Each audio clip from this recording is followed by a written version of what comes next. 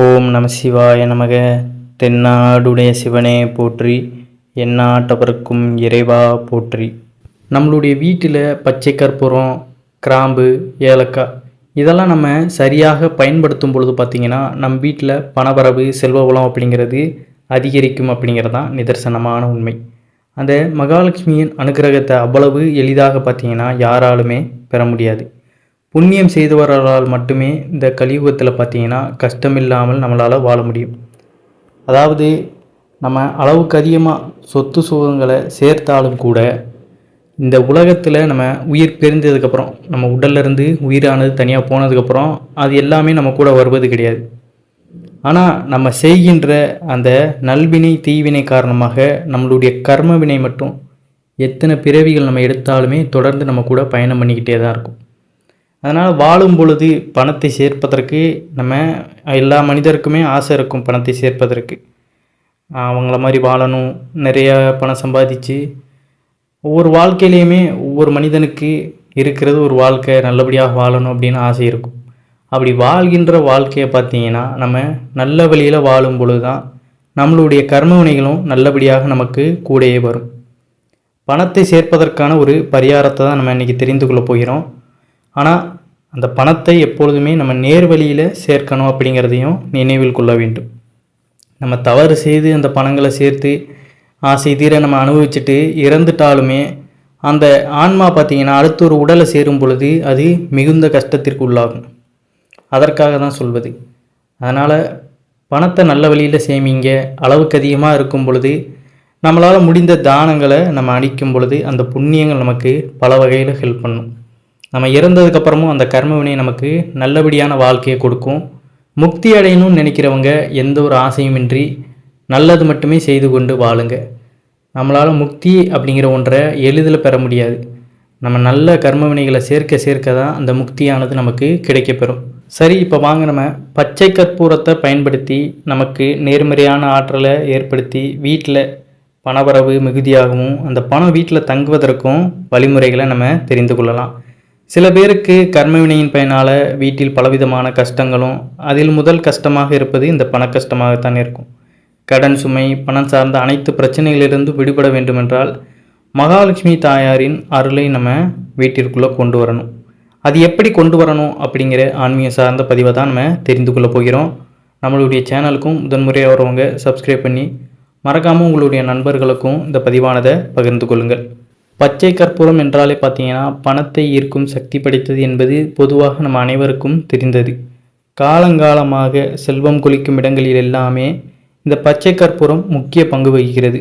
சாதாரணமாக நம்ம சாமி கும்பிடுவதற்கு பயன்படுத்துகிற கற்பூரம் வேறு, பச்சை கற்பூரம் வேறு. அதை நம்ம அன்றாடம் பயன்படுத்தும் பூச்சைக்காக பயன்படுத்தும் அந்த கற்பூரம் ரவுண்டாக இருக்கும். ஆனால் பச்சை கற்பூரம் பார்த்தீங்கன்னா டிஃப்ரெண்ட் ஷேப்பில் இருக்கும், முற்றிலுமே வேறு. பார்ப்பதற்கு பார்த்தீங்கன்னா கல்கண்டு போலவே காணப்படும். இந்த பச்சை கற்பூரத்தில் எண்ணற்ற சக்திகள் தனக்குள்ளே கொண்டுள்ளது அப்படிங்கிறதான் உண்மை. ஒரு துண்டு பச்சை கற்பூரத்தை நீங்கள் பணம் வைக்கும் இடங்களில் போட்டு வைத்தாலே போதும், பணம் எப்பொழுதுமே நமக்கு சேர்ந்து கொண்டே இருக்கும் என்பது நம்பிக்கை. பெரிய பெரிய தொழிலதிபர்கள், நகைக்கடை வைத்திருப்பவர்கள் இந்த பச்சை கற்பூரத்தை தொடர்ந்து பயன்படுத்தி வருகின்றனர். இந்த பச்சை கற்பூரத்தை நம்ம அதிகம் பணம் புழங்கும் இடங்களில் வைக்கும் பொழுது அந்த பணத்தடை அப்படிங்கிறது அங்கே இருக்கின்ற அந்த கெட்ட அதிர்வலைகள் இருக்கும் பார்த்தீங்களா, அது எல்லாமே இந்த பச்சை கற்பூரம் நீக்கிவிடும். அதனால தான் தொடர்ந்து பணம் வைக்கும் இடங்களில் பச்சை கற்பூரத்தை நம்ம வைப்பது சிறப்பு. பச்சை கற்பூரத்தை எப்பொழுதுமே மொத்தமாக வீட்டில் அல்லது தொழில் செய்யும் இடங்களில் வைத்திருக்கக்கூடாது.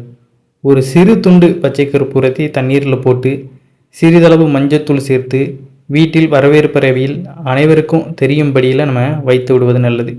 இதனால் வீட்டிற்கு வரும் அடுத்தவர்களின் பொறாமை கண்கள் வீட்டை தாக்குவதில்லை, கண் திருஷ்டியும் நீங்கள் இது சிறந்த பரிகாரம்.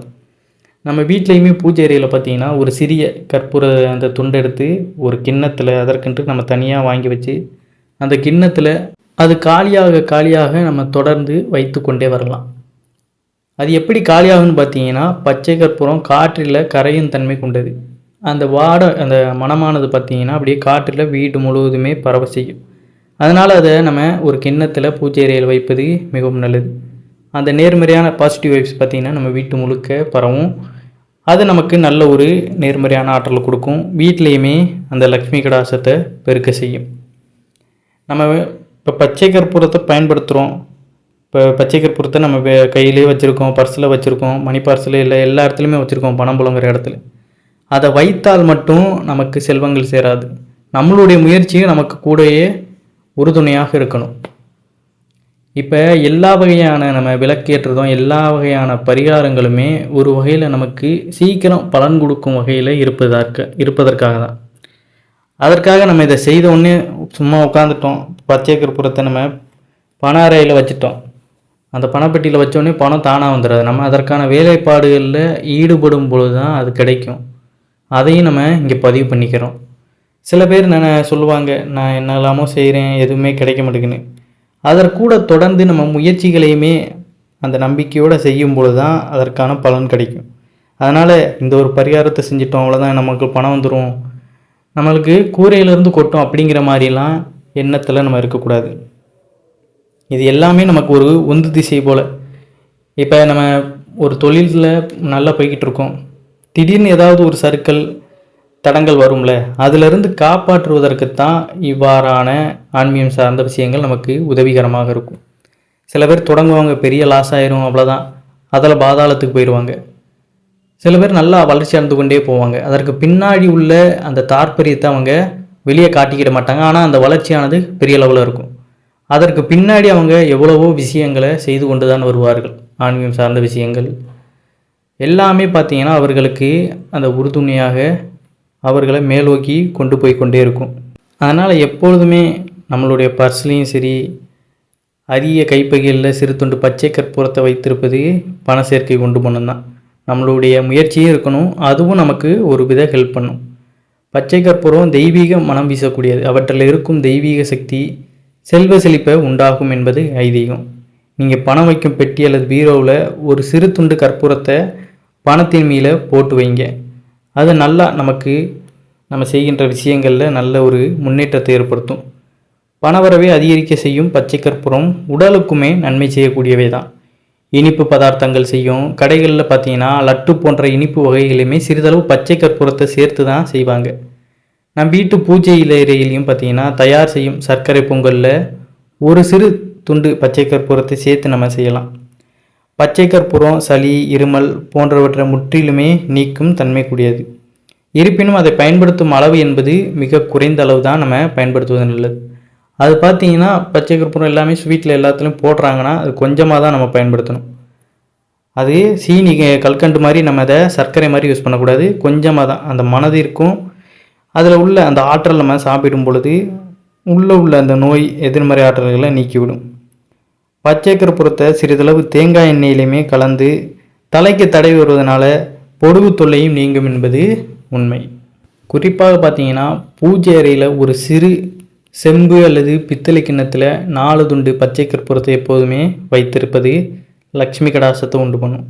முதல் மாதம் இப்படி மாதம் சம்பளம் வாங்குறவங்க பார்த்தீங்களா, அவங்க என்ன பண்ணுறீங்கன்னா முதல்ல நம்ம வாங்குகின்ற அந்த பணத்தை அந்த பூஜை அறையில் வைத்திருப்போம் பார்த்தீங்களா, அந்த பச்சை கற்பூரம் அதன் மீது வைத்ததுக்கப்புறம் எடுத்து செலவு செய்யும் பொழுது வீண் விரயங்கள், அதாவது வெட்டி செலவு, தேவையில்லாமல் ஏதாவது நம்ம பணத்தை இழப்போம், எங்கேயாவது மிஸ் பண்ணுவோம், இப்படியான விஷயங்கள் நடைபெறாமல் நல்ல வழியில் செலவாகுவதற்கு இது ஒரு நல்ல வழிமுறையாக இருக்கும். அதே போல் வியாபாரம் தொழில் செய்கின்ற இடங்கள்லேயுமே பணம் சேர்க்கின்ற அந்த கல்லாப்பெட்டியிலையுமே போட்டு வைங்க. அடுத்து பார்த்திங்கன்னா இப்போ நம்ம பச்சை கற்பூரத்தை பற்றி தெரிந்து கொண்டோம். பச்சை கற்பூரம் பெரும்பாலும் நம்ம எங்கே வச்சாலுமே அது காற்றில் கரையும் தன்மை இருக்கிறதுனால கரைஞ்சிரும். அப்படி கரையில் ரொம்ப நாள் ஆயிடுது, அதை நம்ம மாற்றணும்னா அதை எடுத்து நம்ம எரிப்போம் பார்த்தீங்களா, சூடத்தோடு எரிப்போமா, அதோடு சேர்த்து எரித்து விடலாம். அதை அப்படியே நம்ம தூக்கி தூர போட்டுறக்கூடாது. அது தூர போட்டிங்க அப்படிங்கிற பட்சத்தில் பார்த்தீங்கன்னா அதில் உள்ள அந்த நேர்மறை ஆற்றல் அதில் சூழ்ந்திருக்கும். அதை நம்ம தூக்கி வெளியே போட்டதற்கு சமமாக இருக்கும்.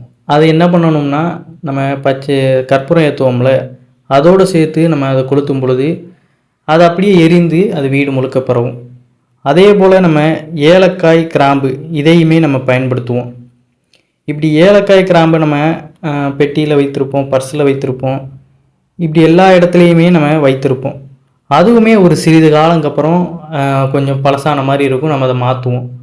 அதை என்ன பண்ணுவோம், பெரும்பாலும் ஒரு நீர்நிலைகள் இல்லைன்னா யாரும் கால்படாத இடத்துல நம்ம போட்டு விடுவோம். அது அப்படி பண்ணுவதற்கு பதிலாக பார்த்தீங்கன்னா, நம்ம ஏதாவது வீட்டில் நெய்வேத்தியம் படைப்போம்ல இறைவன்களுக்கு, அப்படி படைக்கின்ற அந்த பொருட்களோடு சேர்த்து இதை நம்ம சமைத்து இறைவனுக்கு படைத்து விட்டு அதை நம்ம அப்படியே சாப்பிட்டு விடணும்.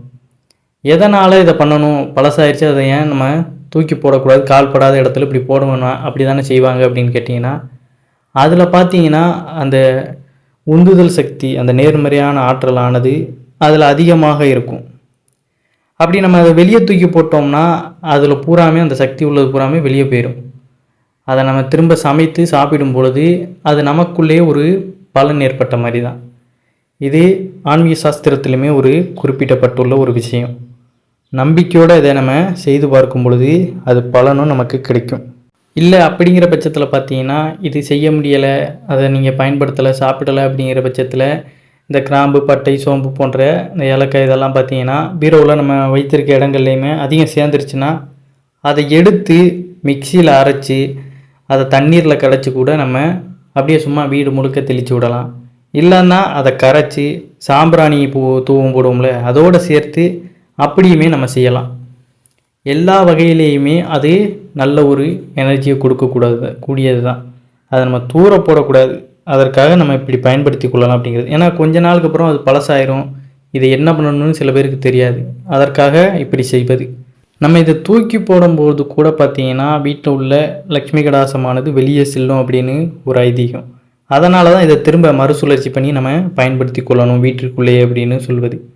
ஒருவேளை உங்கள் வீட்டு பணப்பெட்டியில் ஏலக்காய், கிராம்பு, பட்டை, பச்சை கற்பூரம் வைத்திருக்கிறீர்கள்னா, இருப்பினுமே பணம் சேரவில்லை என்றால் நீங்கள் இந்த 5 தவறுகளை செய்து வைத்திருந்தால் கொஞ்சம் மாற்றி தான் பாருங்களேன். நம்ம எல்லாம் பயன்படுத்துகிறோம், ஆனால் அதை தூக்கி நம்ம வெளியே போட்டுருந்தோம் அப்படிங்கிற பட்சத்தில் நமக்கு இந்த பலன்கள் கூட நமக்கு கிடைக்காமல் போகலாம். அதனால் இதையுமே முயற்சி செய்து பாருங்கள். இதுவும் கூட நமக்கு ஒரு நல்ல பலன் கொடுக்கும்.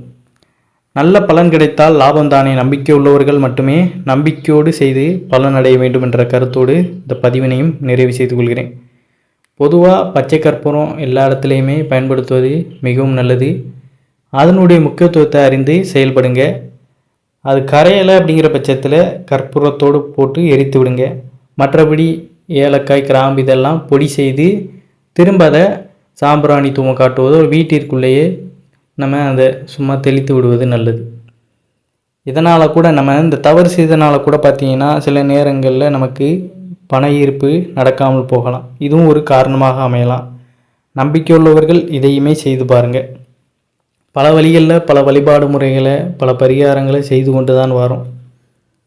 நம்பிக்கையோடு நம்ம அதை முறைப்படி செய்யும் பொழுது தான் சில நேரங்களில் அது பலன் கிடைக்கும். அதனால் இதையுமே செய்து பாருங்கள். ஏதோ ஒரு கட்டத்தில் நமக்கு அது கட்டாயம் பலன் கிடைக்கும். நம்பிக்கையுள்ளவர்கள் நம்பிக்கையோடு இந்த விஷயங்கள் எல்லாமே உங்கள் வீட்டில் கடைபிடித்து வாருங்கள். நல்லதே நடக்கும். அனைவரும் என்றும் இறையருள் பெற்று நலமுடன் வாழ வேண்டும். நன்றி, வணக்கம். ஓம் நம சிவாய நமக.